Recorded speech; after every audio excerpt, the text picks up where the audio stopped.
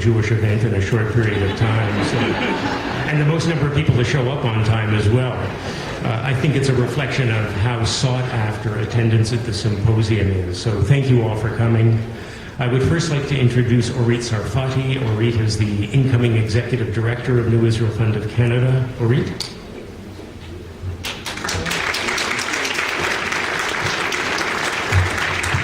Hi everyone. It is my pleasure to be welcoming you to this event, such an important event for us as a community, for us as an organization. As Isra has mentioned, I am a recent newcomer to the New Israel Fund of Canada, but have held an abiding belief and dedication to Israel my entire life. My knowledge of Israel comes from my studies, my religious life, my culture, and my personal history. I was born in Israel. My grandfather served in the Irgun. My father served in the wars of 67 and 73. Perhaps more than anything.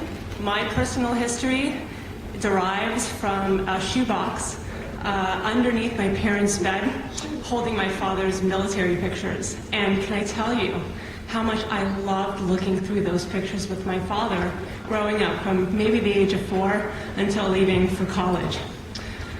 The kind of Israel that I learned is a superhero comic book kind of Israel. Israel persevering against all odds, black versus white, good versus evil. And the more that we looked at those pictures and the older I got, that kind of story gradually became more complex. It became more nuanced. There's one picture in particular that is my favorite. It has my father in his fatigues holding up a walloping fish that he had caught, and I don't think he was supposed to, in the middle of the Sinai. And when I was about 14, he pointed to that picture and said, I could tell you the exact day that picture was taken. My father was stationed in the Sinai Peninsula for about 11 months after the Yom Kippur War. He was in charge of maintaining the cooling systems of the army bases along that area. It was a Friday. He had furlough and was going to go and visit my mother in Tel Aviv. Along with some refrigerators in his Jeep, he tossed the fish in the back and headed on his way. Long road ahead, and he was stopped by 2 men blocking the road. From a distance, he could tell that they were civilians, and perhaps against better judgment, he stopped. It turns out that they were Egyptian doctors. They had come from a hospital a few miles away. The hospital's blood bank was broken. The cooling systems failed, and within hours, a village's blood supply would be decimated. And I remember my father's voice when he described the story to me. I'd never heard it before, even though I'd seen this picture so many times. You know, it was one of apprehension and timidity, almost that I wouldn't be able to understand.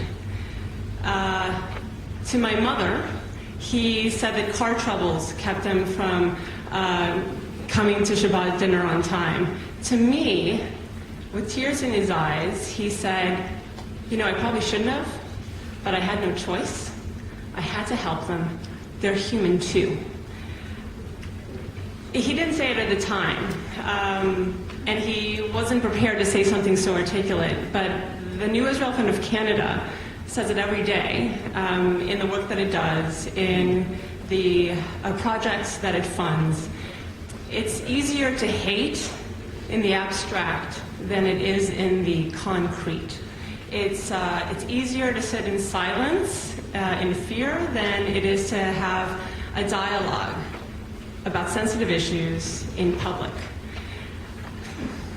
That's what New Israel Fund is to me, and that's why I am here. I hope for those same reasons you all are here as well. We are having conversations that we need to have, and I want to thank you again for coming to this event.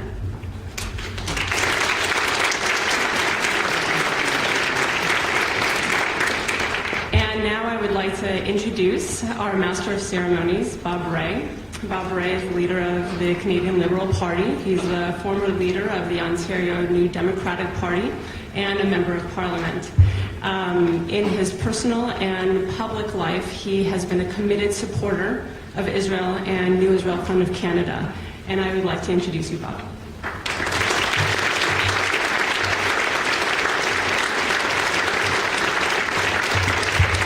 Thank you very much. I'm delighted to be here and to be here with such a distinguished group of speakers as well as such a distinguished audience. Everyone here is distinguished, in case you didn't know it, and I'm delighted to have the chance to be the master of ceremonies and to some extent to try to make sure that we keep things moving along in a good and healthy way. Just let me set out for you the ground rules for the discussion. There are going to be 3 key speakers, and I will introduce each of them. They will each speak for 20 minutes, and they will each answer questions for 20 minutes. The organizers have distributed little index cards, little file cards, which you have, and we're asking you to write down your questions on the card, and we will collect those, and we will then do our very best to collate them and ask 3 or 4 questions so that the speakers can have an opportunity to answer them in a measured way. We expect there'll be a lot of overlap, but we just want to make sure that we're giving the speakers a chance to reflect on the questions as they come. Just by way of housekeeping, if you could please turn off your cell phones and your electronic devices.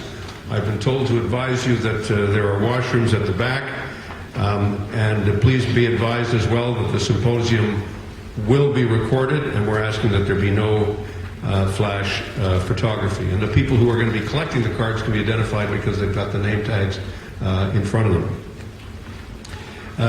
It really is an important discussion that we're having today. It's an exciting time in the world.